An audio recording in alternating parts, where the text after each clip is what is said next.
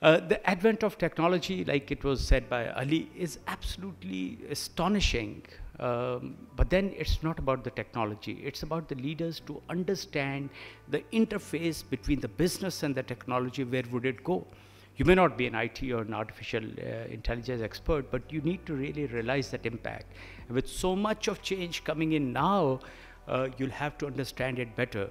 You don't ride this boat, you miss this boat. And with the advent of COVID coming in, there'll be a lot of people who are talking about it, and I'm not going into detail, but the issue out here is that, yes, there's a new norm, we're struggling out of it. We must never undermine it. The way the variants are coming from one to the other, we will have to remain prepared as leaders to face those challenges. And एक wishful thinking हो सकती है कि it's gone, it's not. We, in our long-term strategies, will have to factor this in. And then it's about empowerment of people. It's about really communicating to people down to the lowest level. And it's about that ownership that you give to your people and to stay together. It's not the question of the layoffs. It's not the questions of, it's a question of times to build relationships. It's the time to bring ownership to the organizations and to your people. Believe you me, if you look after your people in that manner, your organizations are bound to succeed. There are no two ways about it, and we'll talk about this again.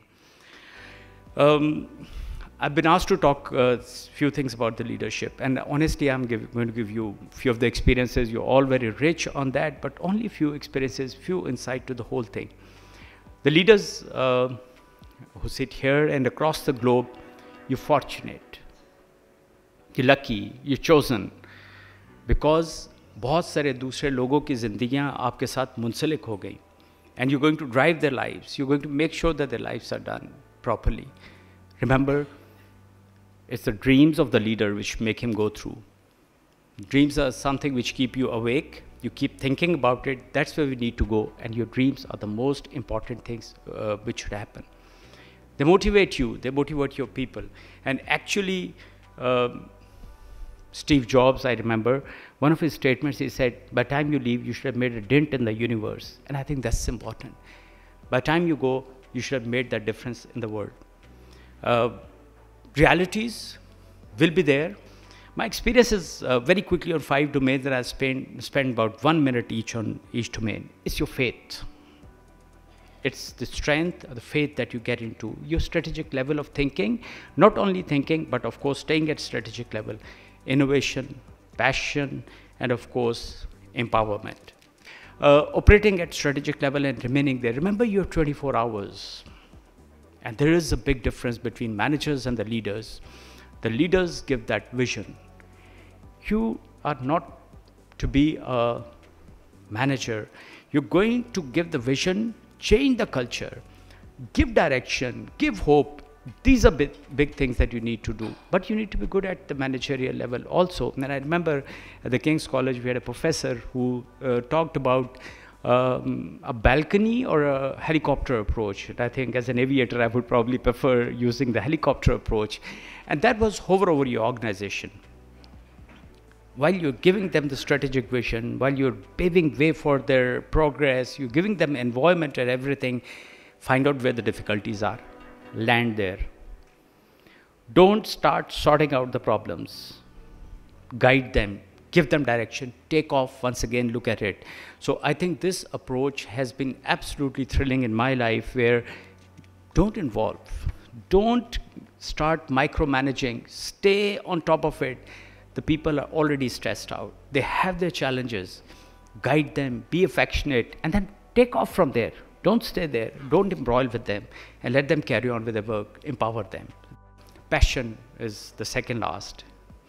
And the passion is, English is possibly not the right language to describe passion. It is divangi.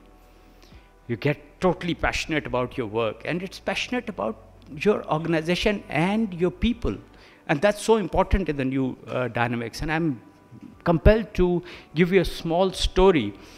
And I remember that we in our organization took special care of people who had special children, or people with special need, few of them. I remember we had air-to-air refuelers, which are, I think, strategically, a few of the neighbors and others blocked our overall of those aeroplanes, and we couldn't get them done. And ultimately, we decided to do it ourselves. And one day, I walked up, and this aeroplane was a strategic capability. And one of the NCO got up, and he said, "My wife sends you regards." And I said, "Thank you. What is it?" And he said, "I had 2 special children. And the policies that we have had in the Air Force, both of them go to the normal school now." And I was so excited, I was so happy. I hugged him. And on the way to the helicopter, the base commander says, "This is the man who has taken up 70% of the overall work. So he comes here 7 o'clock in the morning. At 11 o'clock, we push him out. Take care of your people. They will work. They'll give their lives for you because they understand that your organization owes them and owns them."